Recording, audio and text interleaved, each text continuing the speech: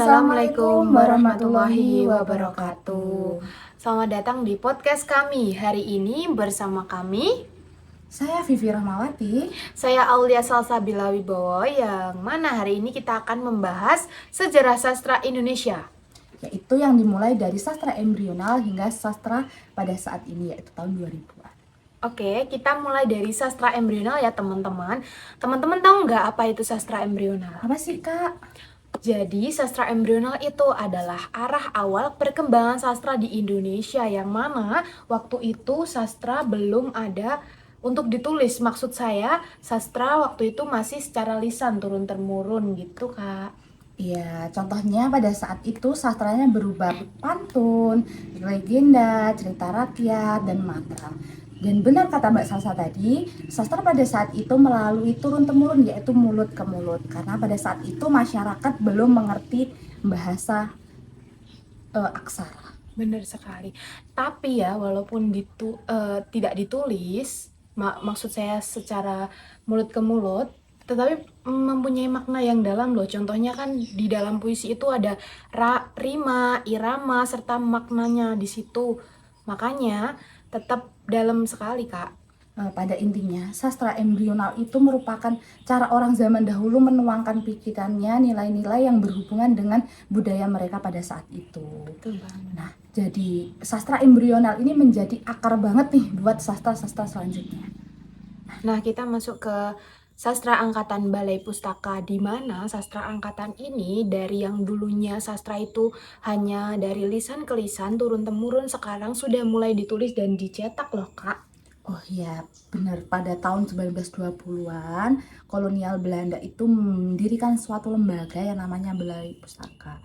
Fungsinya agar untuk menerbitkan buku-buku bahasa Melayu. Tujuannya sih agar bahasa kita itu lebih tertata.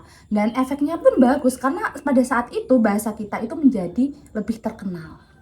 Bener banget, salah satu karya sastra pada angkatan Balai Pustaka itu ada karyanya Marah Rusli berjudul Siti Nurbaya, yang mana ceritanya mengenai kawin paksa ya di situ. Tapi bahasanya tuh belum sebebas sekarang, masih kaku loh. Ya, walaupun bahasanya kaku dan terbatas, Balai Pustaka itu menjadi gerbang awal menuju sastra modern. Dan pada saat itu juga orang-orang jadi pengen nulis dan baca. Bener banget. Baik, kita masuk ke sastra pujangga baru, di mana istilahnya sastra angkatan ini tuh kenaikan kelas loh dari sastra Balai Pustaka ke sastra angkatan pujangga baru, Kak. Benar, pada tahun 1930-an sastra itu lagi menunjukkan jati dirinya banget. Sehingga pada saat itu tidak mau dikontrol oleh pemerintahan Belanda. Nah, tokoh-tokoh karya sastra yang muncul pada saat itu tuh ada Sanusi Pane, ada Amir Hamzah, ada Ali Syahbana, yang mana pembahasan sastra mereka itu mengenai modernitas, terus ada budaya juga, termasuk nasionalisme. Nah, pada saat itu sastra itu maknanya lebih puitis dan filosofis.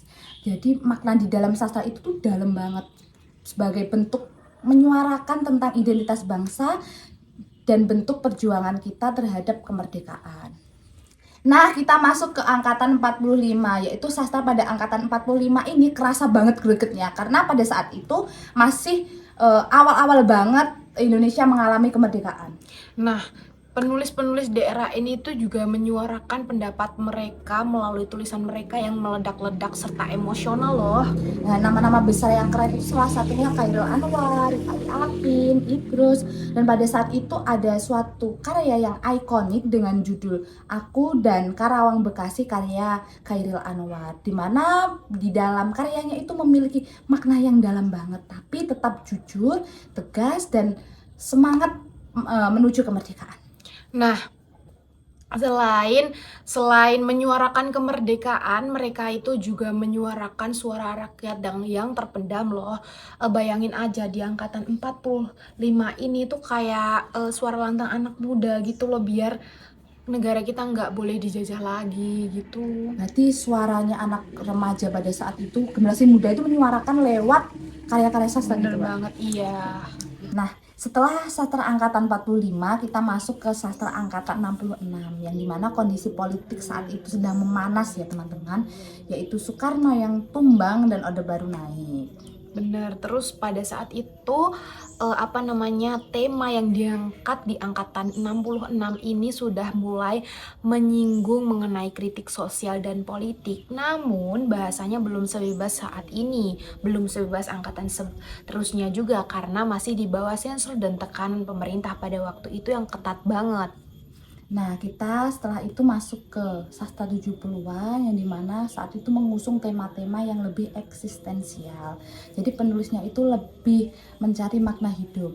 Salah satunya yaitu Iwan Simatupang yang menulis karyanya itu lebih mengedepankan eksperimental dan tidak terlalu terpatok dengan pakem bahasa sebelumnya. Tuh, terus kita masuk ke sastra angkatan 80-an yang mana tema pada angkatan 80-an ini sudah mulai memasuki mengenai masalah-masalah kehidupan sehari-hari. Salah satu karyanya yaitu karya Hilman Hariwijaya berjudul Lupus yang menceritakan mengenai percintaan pada masa remaja. Masuk ke sastra angkatan 66 yang dimana kondisi politik saat itu sedang memanas ya teman-teman, yaitu Soekarno yang tumbang dan Orde Baru naik.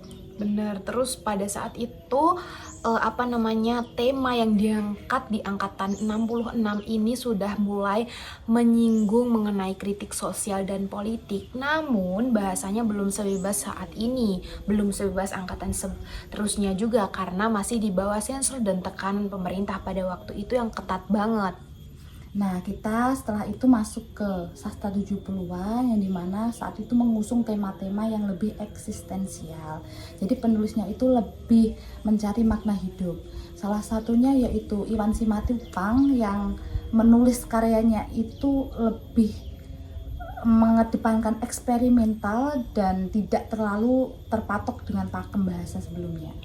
Tuh, terus kita masuk ke sastra angkatan 80-an yang mana tema pada angkatan 80-an ini sudah mulai memasuki mengenai masalah-masalah kehidupan sehari-hari. Salah satu karyanya yaitu karya Hilman Hariwijaya berjudul Lupus yang menceritakan mengenai percintaan pada masa remaja. Masuk ke sastra era 90-an sampai reformasi, dan pada saat ini kondisi sastra itu beda dari yang sebelumnya.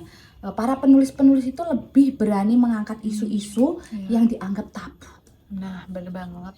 Dan di sini yang menyuarakan pendapat tuh sudah mulai menyebar di berbagai kalangan masyarakat, terutama dari perempuan, minoritas, bahkan aktivis, di mana mereka mulai menyuarakan pendapat mereka untuk mengeluarkan keresahan-keresahan mereka pada saat itu loh. Contohnya yaitu Ayu Utami dengan karyanya yang berjudul Sapan pada tahun 1998. Karyanya itu menjadi bahan perbincangan banget gitu loh, karena mengusung tema yang frontal tetapi menggunakan bahasa sastra yang kuat.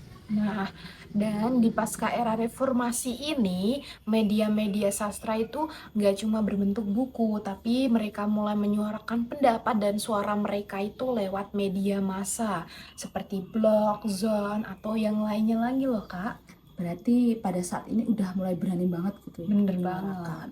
Kita masuk ke sastra angkatan 2000-an, di mana sastra pada saat itu sudah mulai modern dan teknologi makin berkembang, media sosial makin ramai, dan juga cara orang berkarya tuh mulai berubah loh. Nah iya, pada saat itu sastra tidak hanya melalui tulisan di atas kertas saja, tetapi banyak sekali bentuknya. Contohnya yaitu melalui blog seperti Instagram, Twitter, Wattpad. Jadi karya sastra itu tidak monoton hanya novel dan puisi, jadi beragam bentuknya. Nah, dan isu-isu yang dibahas juga mulai berkembang. Contohnya ada membahas mengenai psikologi yang dulu belum pernah membahas mengenai itu, serta yang paling parah lagi membahas mengenai LGBT loh teman-teman. Iya, sastra sekarang itu lebih gimana ya bahasanya, lebih jadi jujur dan personal. Iya, karena penulis nggak takut untuk menyuarakan isu-isu ataupun mengusung hal-hal yang berbau tabu. Jadi kayak bebas untuk berkarya, sehingga kita itu tidak harus menunggu diterbitkan oleh penerbit besar agar kita bisa berkarya.